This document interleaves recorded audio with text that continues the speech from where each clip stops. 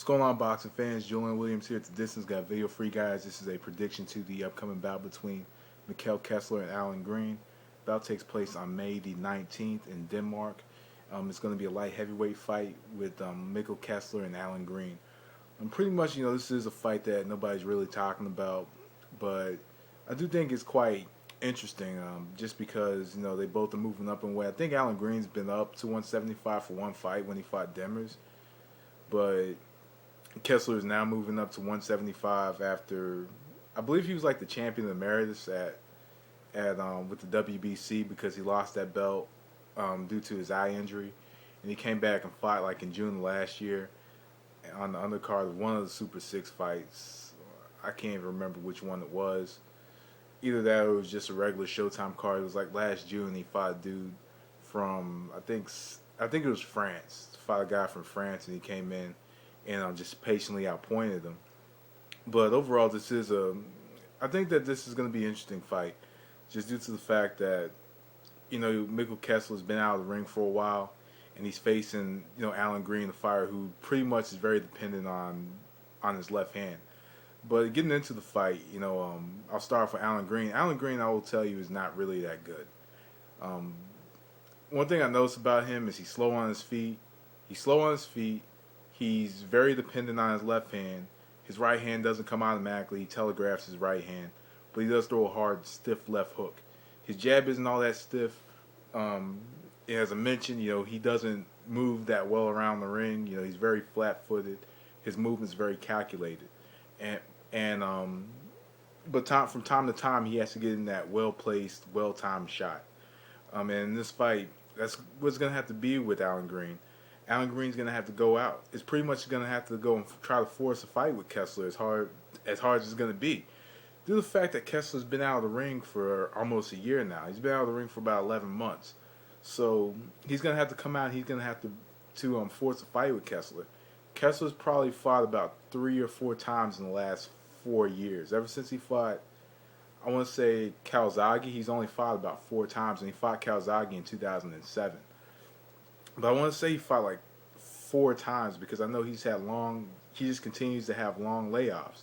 I know one time for troubles with his promoter and then for injuries. But just overall, he's just had these long layoffs. So Green has to go and he has to pretty much go for it. He has to go to Kessler's body. Which is probably gonna be there, but he's gonna have to go to the body. He's gonna have to just go out and try to attack him early. He has to try to maintain this fast-paced attack and outwork Kessler early, and actually go for the knockout due to the fact that this fight's in Denmark. He has to go in. He has to go for the knockout early. Look to land a left hook over his jab, counter his jab with the left hook. That's going to be the main bread and butter shot for Allan Green in this fight because he's very dependent on that left hook. He has a lot of his power in his left hook because he gets a lot of leverage on the left hook just using his arms. And it could come, completely out of nowhere. But he has to look to time that jab with his left hook and also follow up that left hook with the right hand. Look to try to avoid, Kessler's jab and look to make Kessler fight off the back foot. Try to make him step back. Try to make him shell up and just throw a lot of punches. But I think that the main objective for Allan Green in this fight is just to go in and go for the knockout. And he could very well win this fight if he finds a way to counter Kessler's jab with his left hook. I think he could very well win the fight if he can continue to catch Kessler. And he needs to follow up that left hook with the right hand that he does telegraph. But if he's throwing the left hook and he's countering that jab, Kessler's not going to see the right hand coming. Now, on the other hand, you have Mikkel Kessler. Kessler, very disciplined fighter. When he throws his jab, his hand's right back up, protecting himself. He knows where he is in the ring at all times. He fights very well behind the jab. He's very patient. Throws a good assortment of punches. Doesn't throw more than 3 or 4 punch combinations. He doesn't really swing too wild. He's very, I could say very calculated, very composed as a fighter, very well composed as a fighter.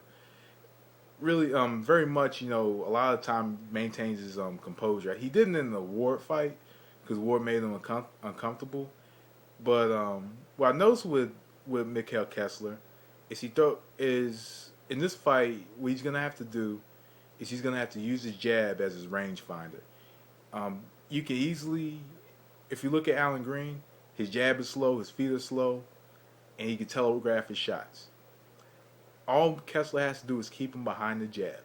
Keep him behind the jab, time him with the right hand. That's pretty much what Kessler has to do.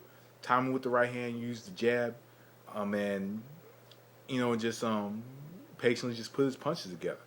But I think the main objective for Kessler in this fight is to fight behind the jab. Fight behind the jab. Throw a few right hands in, throw a couple left hooks, and just fight patiently. Make Allan Green come towards him, throughout the fight, because what Allan Green can do is he could walk into that jab. He could walk in the shots. And that's just because a lot of time he's walking in head first. His head's above his feet from time to time. And a lot of time he doesn't know where he is in the ring. He doesn't, a lot of time he's watching his footing. While Kessler, on the other hand, has kind of knows where he is. He knows where, he has very good footing. He sits down on his punches quite well, especially when he plants his feet. And in this fight, he's just going to have to keep Green behind the jab, and he needs to look to time him too. He needs to look to time him. He needs to have Green just walking in while he's jabbing and try to catch him with that right hand, overhand right, because when Green dodges down, his left hand is low. His left hand is and his left hand's low and his chin's exposed. So the perfect shot for Mikkel Kessler in this fight is the overhand right. When he throws that overhand right, it's gonna land. Just because of first off with Green, as I mentioned, Green does not have the best chin. He doesn't have the best chin, and not only does he not have the best chin, he doesn't have the best footwork. He's kind of slow from time to time. At light heavyweight, I think he's probably going to be a lot slower, so I think that's going to play to Kessler's advantage. And I think Kessler knocks him out in probably about 8 or 9 rounds. So anyway, peeps, that was the distance. Thanks for watching. Peace.